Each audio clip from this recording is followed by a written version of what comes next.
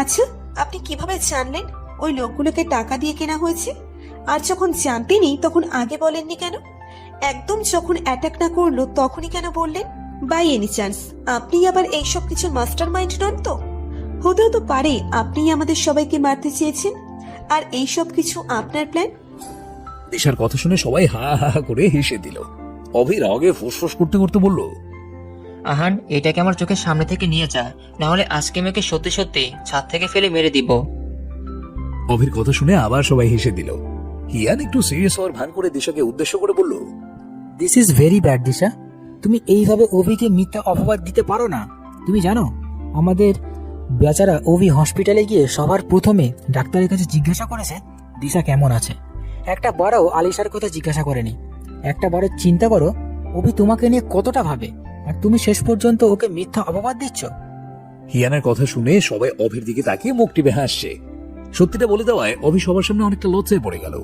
দিশা বিদ্রুপের স্বরে হিয়ানকে উদ্দেশ্য করে বলল, আরে ধুর ভাইয়া, উনি ডাক্তারের কাছে আমার কথা এই জন্য জিজ্ঞেস করেছিলেন কারণ আমি মারা গেছি কিনা সেটা উনি কনফার্ম হতে চেয়েছিলেন। দিশার কথা শুনে কেন যেন অভির খুব রাগ উঠে গেল। ও চেয়ার ছেড়ে উঠে দাঁড়িয়ে বলল, তোরা কথা বল, আমি আসছি, আমার একটু কাজ আছে।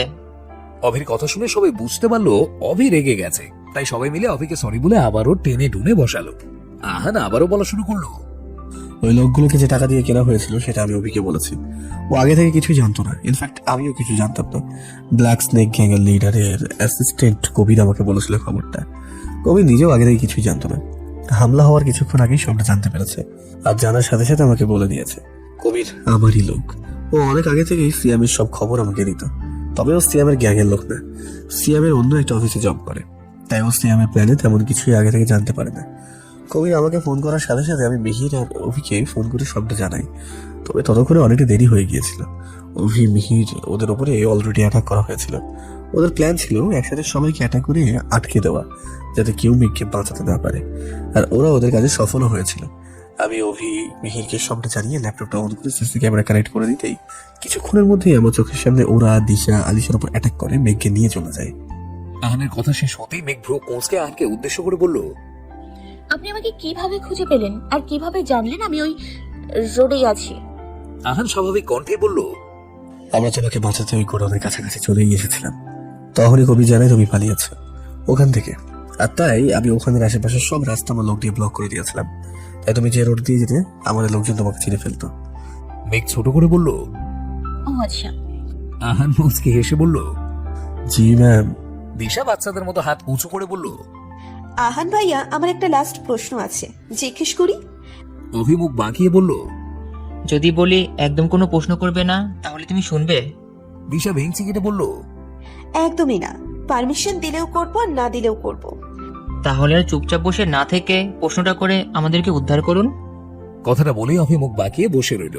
দিশা সেদিকে পাত্তা না দিয়ে অনেকটা চিন্তিত ভঙ্গিতে আহানকে উদ্দেশ্য করে বলল, আচ্ছা, ডিএনএ রিপোর্টটা আপনার সাথে কিভাবে মিলে গেল ভাইয়া? ডাক্তারই বা কেন বললো ওটা আপনার ডেড বডি?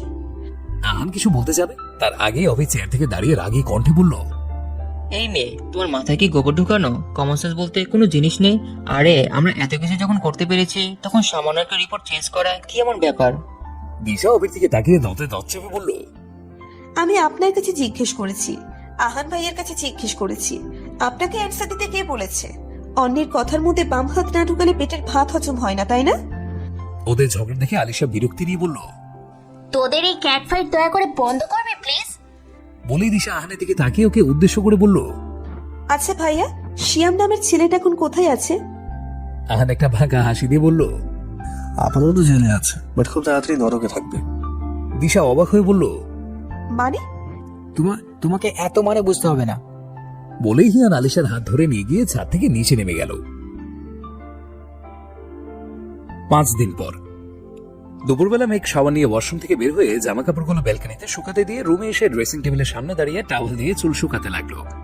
ঠিক তখনই মেঘের ফোনে টুম করে একটা নোটিফিকেশন আসলো। মেঘ এক হাতে টাওয়েলটা নিয়ে চুল মুছতে মুছতে বেডের উপর থেকে ফোনটা হাতে নিয়ে মেসেজটা ওপেন করলো। মেসেজটা ওপেন করতে মেঘ খুশিতে ইয়াহু বলে একটা চিৎকার দিল, কারণ মেসেজটা সাইফা করেছে আর ওতে লেখা ছিল, আপি, আজকে বড়রা সবাই আলিশা আপির বাড়িতে যাবে হিয়ান ভাইয়া আর আলিশা আপির বিয়ের ডেট ফিক্সড করতে।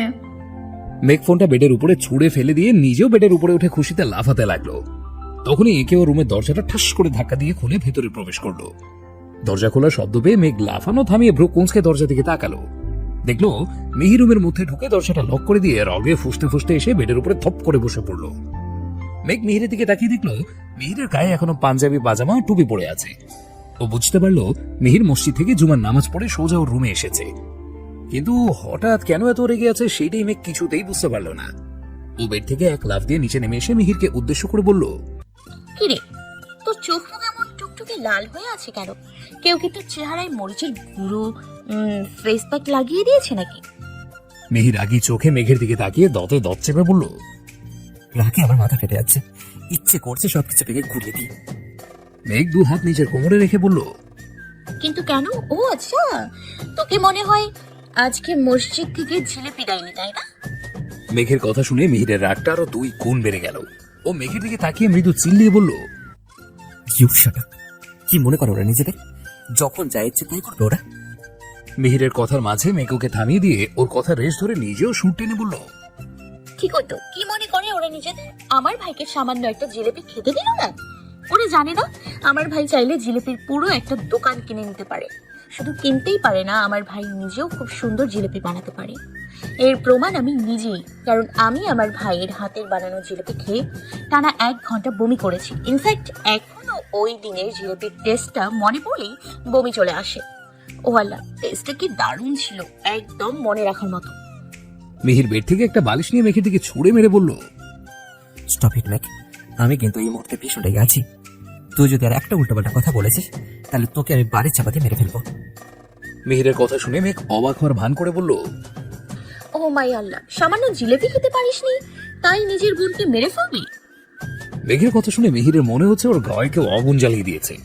ও একটা খেয়ে ফেলা লোক নিয়ে মেঘের দিকে তাকিয়ে আছে। রগে ওর সারা শরীর চলে যাচ্ছে।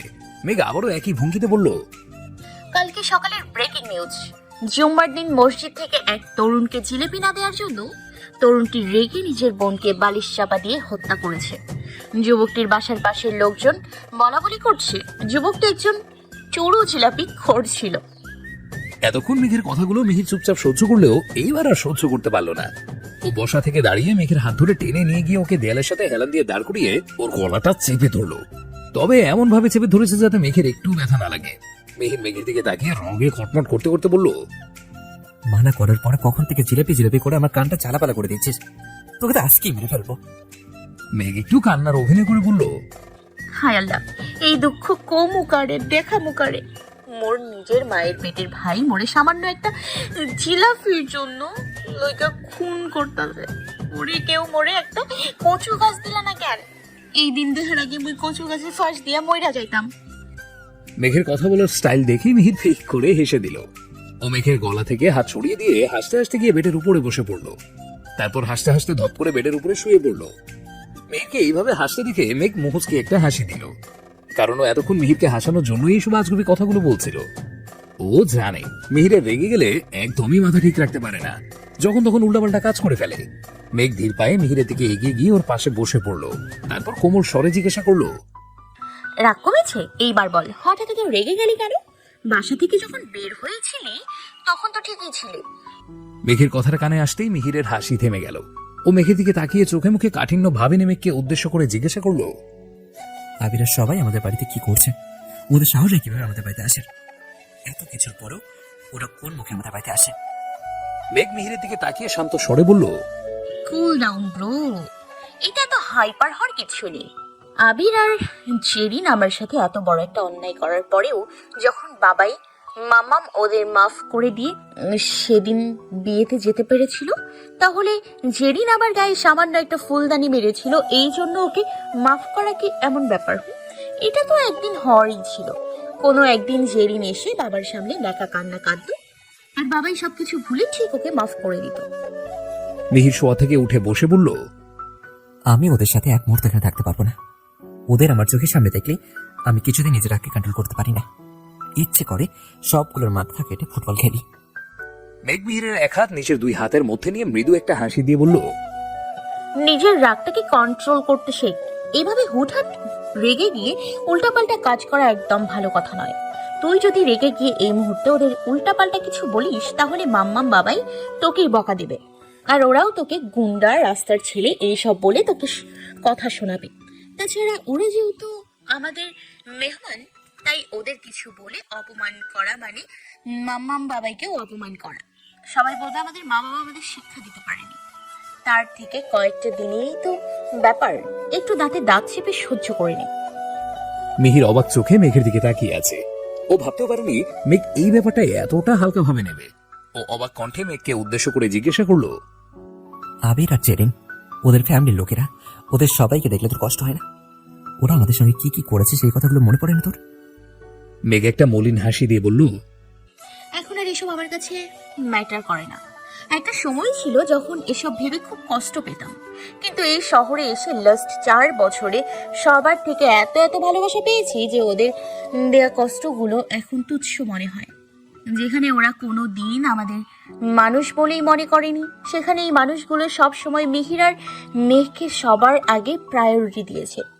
আজ অবধি এনারে কেউ আমাদের একটা ধমক দিয়েও কথা বলেনি, কখনো এমন কোনো কথা বলেনি যাতে আমরা হার্ট হই। সব সময় আমাদের খুশি রাখার চেষ্টা করেছে। আর এত মানুষের ভালোবাসার কাছে ওদের দেয়া কষ্টগুলো এখন আর মনে পড়ার প্রশ্নই ওঠে না। মেঘের কথা শুনে মিহির মেঘের চেহারার দিকে তাকিয়ে মুচকি একটা হাসি দিল। ওর বোনটা সত্যি অনেক বড় হয়ে গেছে, কথা কেমন বড়দের মতো ম্যাচুরিটি এসেছে। মিহির মেঘের দিকে কিছুক্ষণ তাকিয়ে থেকে কিছু একটা ভেবে মেঘকে উদ্দেশ্য করে বলল, আচ্ছা বোনো, আবির আর জেরিনকে একসাথে দেখলে তোর কষ্ট হয় না? হঠাৎ মিহিরের এমন প্রশ্নে মেঘ ভড়কে গেল। ও অবাক চোখে মিহিরের দিকে তাকিয়ে বলল, হোয়াট, ওয়াই? ওদের দুজনকে দেখলে আমার কোন দুঃখে কষ্ট হবে রে ভাই? মিহির একটু মজা করে বলল, না মানে যতই হোক, আবির তোর উঠবে হাজব্যান্ড ছিল, জেরিনের জায়গা এখন তোর থাকার কথা ছিল, তাই জিজ্ঞেস করছিলাম আর কি। এখন ওদের দেখে তোর জেলাস ফিল হয় না? মিহিরের কথা শুনে মেঘ বোকার মতো মিহিরের দিকে কিছুক্ষণ তাকিয়ে থেকে ওর হাতের উল্টো পিঠ মিহিরের কপালে ঠেকিয়ে চিন্তিত হওয়ার ভান করে বলল, এই ভাইয়া, তোর গায়ে আবার জ্বর টর আসেনি তো? নাকি মসজিদ থেকে আসার সময় তোকে পাগলা কুকুরে কামড়ে দিয়েছে তাই এসব ভুলভাল বলছিস? আবির আর জেরিনকে একসাথে দেখে আমি কেন জেলাস ফিল করব? আমি কি আবিরকে ভালোবাসতাম নাকি?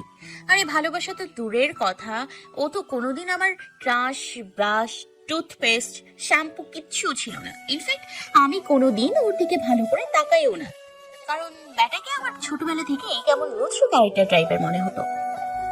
মেঘের কথা শুনে মিহির ফিক করে হেসে দিল।